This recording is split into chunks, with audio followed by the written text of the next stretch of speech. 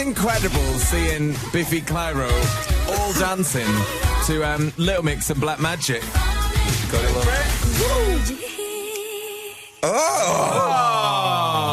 We like it. Yeah. So good. Good morning, Biffy Clyro. Good morning. Good morning. How are you all?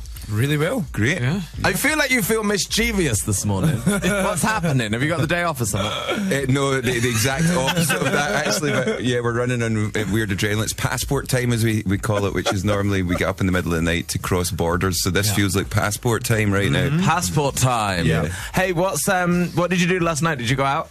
No. Yeah. Yes, you did. What happened? We just got in about 4 minutes. No, we just we didn't. We just flew down the road last night. Okay. And got prepped for this got early prepared. morning. Okay. Beauty sleep, you know. Yeah. Well, you're all looking great. But we're still trying. Yeah, all looking good. All looking good, guys.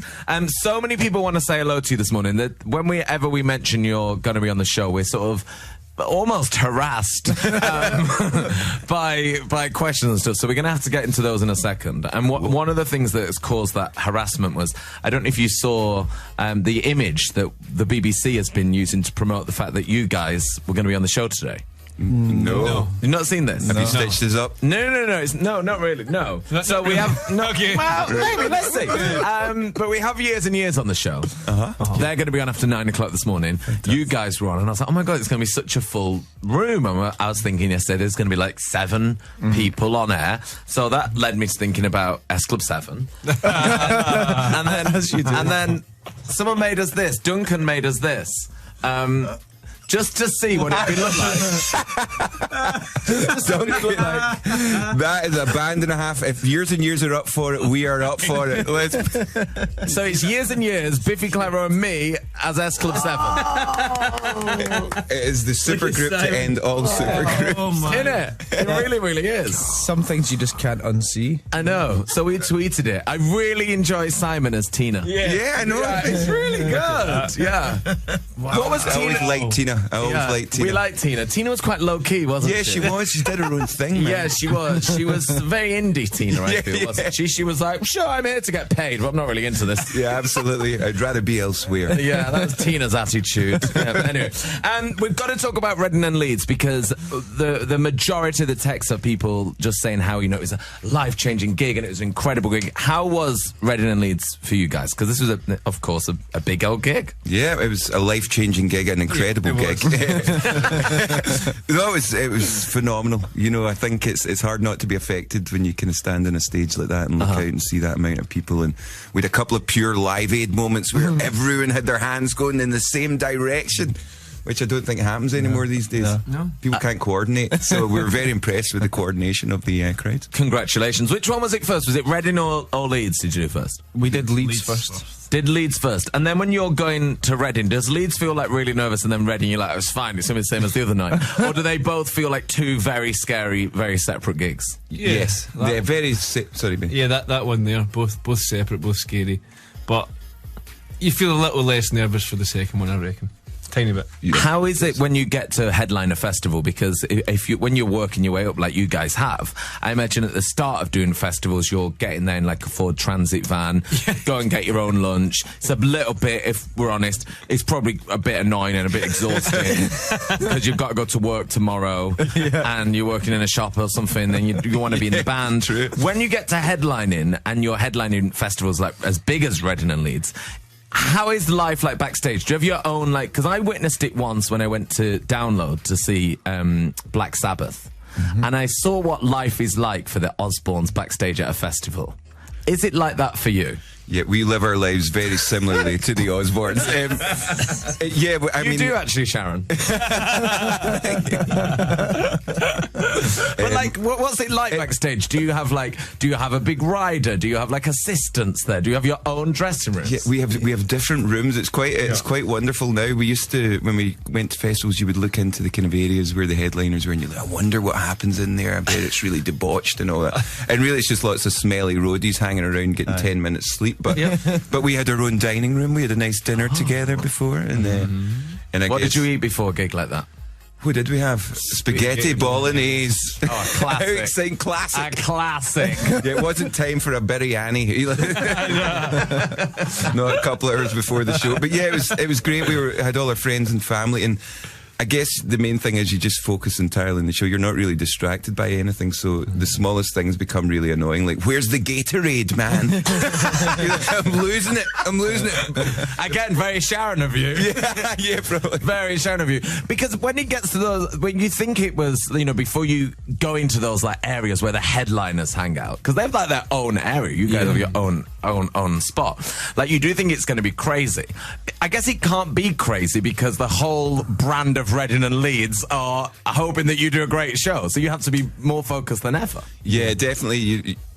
There's a lot of tension before the show. We take our gigs very, very seriously. So, but afterwards, we had a terrific time afterwards. Yeah. Actually, we were quaffing the champagne, as they say, but also very Sharon. Yeah, very Sharon. But no, she likes an ice cold Corona, actually. Oh, does she? Yeah, right? Yeah. Ice cold, darling. Of course. But yeah, no, it was just an incredible weekend. The shows couldn't have gone better. We actually had a show on the Saturday in Glasgow. Yeah, because I was going to say, didn't you do Leeds, then Bella Houston Park, and then Reading? Yeah, so we didn't give ourselves a chance to kind of celebrate or take a breath until it was over. And the Sunday night we drove back up the road, just the three of us and our wives and stuff, and we had a right good party, old school party in the bus, great. Which it's unusual. There would normally get loads of people around, so it was really it was quite poetic, wasn't it, gentlemen? Yeah, we celebrated with a McDonald's breakfast. At 6:45 in the morning. That's brilliant. McDonald's is open. The next thing you know, you hear James on the phone going, "Hello, are you open?" You're like, "Yes, we're open." So, right, we'll see you in a minute. I love calling ahead. I know, who phones at McDonald's? Be ready. Are you open? They're like, yeah, famously. Yeah. Always. Always. Yeah. No, we're closed, actually. We're going to have some live stuff now from Biffy. Not like now. Surprise! I've got your guitars. But from when you did the Live Lounge, because you kicked that off for us. I mean, it was like we had One Republic, we had Justin Bieber, we had Usher, and we had you guys to the Big Four. The Big Four. Quite literally the Big Four. So we're going to play a little bit of this for you guys now. This is Biffy not for you guys. Okay. That would be really crazy if I was like playing this for Biffy. But for everyone listening, here are Biffy and Howl in the Live Lounge. Lately it's hard to let you know that I'll never learn. There we go, Biffy Clyro in their Live Lounge that they did for us about a week and a half ago, something like that. Yeah. And Biffy are here on the show this morning. It sounded good. Thank you, Ken. Yeah, all right. It's really good. 7.8 out of 10. Yeah, hey, I'd go 8.8. I like that. If we're being real talk. That's like A, isn't it? That's not an quite A plus, but it's an A. Yeah, it's an A. Yeah, A star. It's a good enough, yeah. You also covered Christine and the Queens. Yes. Who, when you were in the other day, we chatted about, and you guys love her. Yeah, absolutely. How did you first find out about her? I think we saw the video a few months ago, and it was the dance routines, and then we saw her and Jules, and it's one of the best Jules Holland performances I think I've ever seen. There's every few years there seems to be a performance that just kind of takes over the entire country, and I think immediately the entire country fell in love with her, and she seems like a lovely person, and yeah, she's just a talent. The album's amazing. Shalom, man. Oh, Mel. I never know how to say it. If I'm honest with you, I just avoid it. Just go to the album. I'm just like, her album's out. And I just... Christine and the Queens. Is that... Yeah, Christine and the Queens I can handle. It's like, I always go, Christine and the Queens tilted on Radio 1 from the album. Yeah. From the new album. It's time for the news. But we just spoke to her before, actually, because it's her turn today in the Live Lounge. So we were chatting about what she's doing. She's doing Beyonce, Sorry. Wow. She's very nice. Wow. Yeah. I was about to ask, which Biffy song is she doing? Which is kind of rude, actually. Yeah, I know. Biffy song, yeah.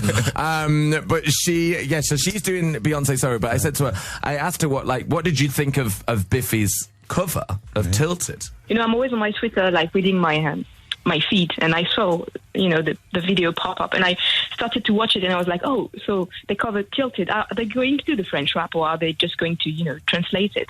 And then the French rap arrived, and I have to say, it was kind of flawless. So I was kind of impressed. I was like, oh dear.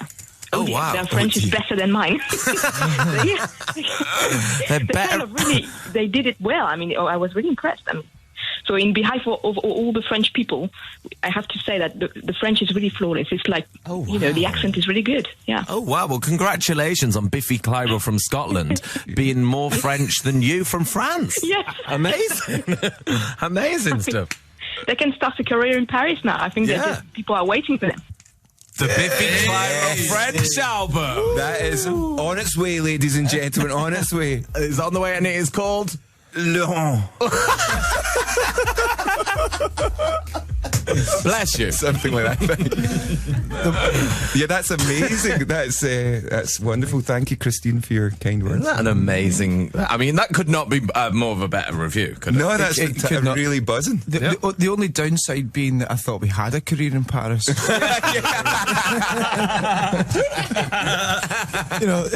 you're splitting hairs. I guess to the surface it looks like we're doing well, James. Speak to management after this.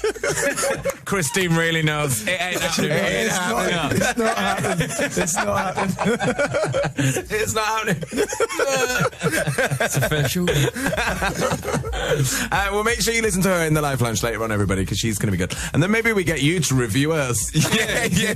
I don't really like it. There might be a career for you in London.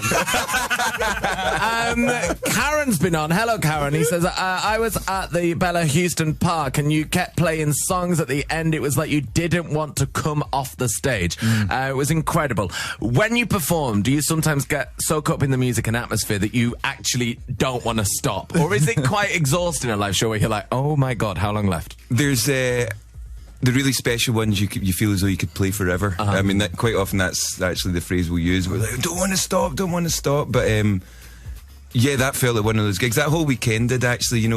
Festivals it's tougher because you kind of have your slot and you kind of have to fill it. But your own show, you can kind of play it by ear a bit more, so it's a lot easier to keep playing and go full Springsteen, How is it? How is it like after, like when you've done that, had a weekend like that? And I feel weird sometimes if I've been to a festival because you've been outside and you've been in a crowd and you've like been drinking. So to go back to normal life where you're in a house alone and sober can be quite a shock. Yeah. How is it when you're on those stages and then you go back and you're like, oh, I've got to like call someone about the washing machine or like fix my fridge or something? It's really difficult. It's really difficult. You've done all this preparation for the event, but you don't really do any preparation for standing in your kitchen on Monday morning staring out the window. So there's a little bit of head scratching going on. I don't really know what to do now. Yeah. And then the adrenaline kind of leaves your body and then you're ill, basically.